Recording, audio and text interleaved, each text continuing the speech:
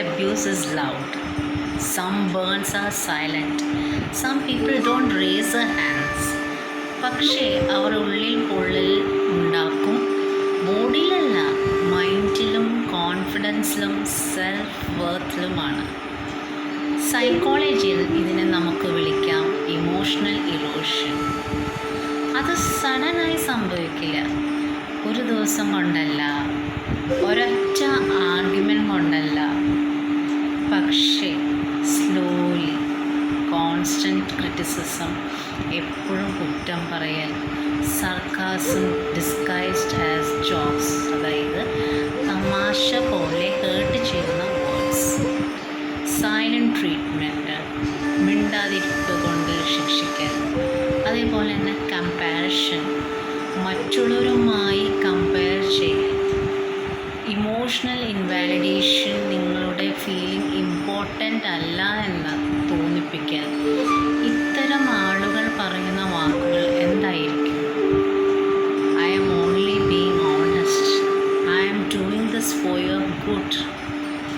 പക്ഷേ റിയാലിറ്റിയിൽ അവർ നിങ്ങളുടെ ഇന്നർ സേഫ്റ്റിയെ സ്ലോലി ബേൺ ചെയ്യുകയാണ്.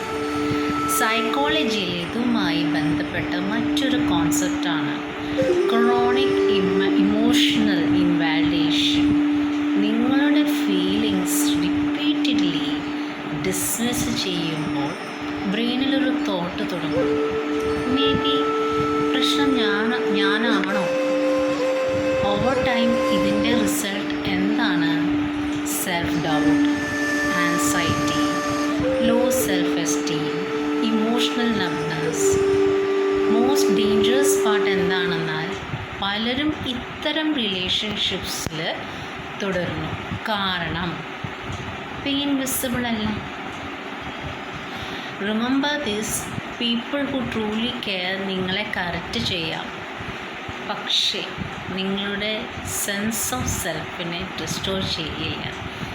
ഹീലിംഗ് തുടങ്ങുന്നത് എവിടെയാണ്?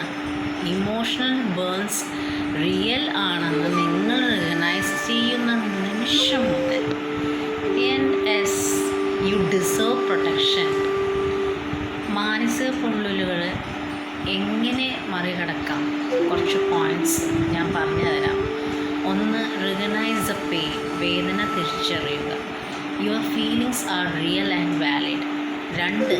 സെറ്റ് ഹെൽത്തി ബൗണ്ടറീസ്, ആരോഗ്യകരമായ ബൗണ്ടറീസ് സ്ഥാപിക്കുക.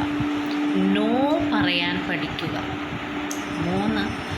ടോക്ക് ഇറ്റ് ഔട്ട്, വികാരങ്ങൾ പങ്കുവയ്ക്കുക. അതായത് ട്രസ്റ്റഡ് പേഴ്സൺ അല്ലെങ്കിൽ കൗൺസിലറിനോട് സംസാരിക്കുക. 4. സ്റ്റോപ്പ് സെൽഫ് ബ്ലെയിം, എല്ലാത്തിനും നിങ്ങൾ തന്നെയാണ് കാരണമെന്ന ചിന്ത നിർത്തുക. 5.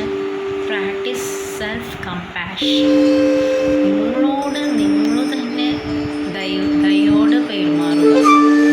6. Seek professional help if needed, counselling തേടുന്നത് വീക്ക്നെസ് അല്ല, സ്ട്രെങ്ത് ആണ്. 7. ചൂസ് പോസിറ്റീവ് കണക്ഷൻസ്, ആദരവും സുരക്ഷയും നൽകുന്ന റിലേഷൻഷിപ്സ് തിരഞ്ഞെടുക്കുക. 8. മൈൻഡിനും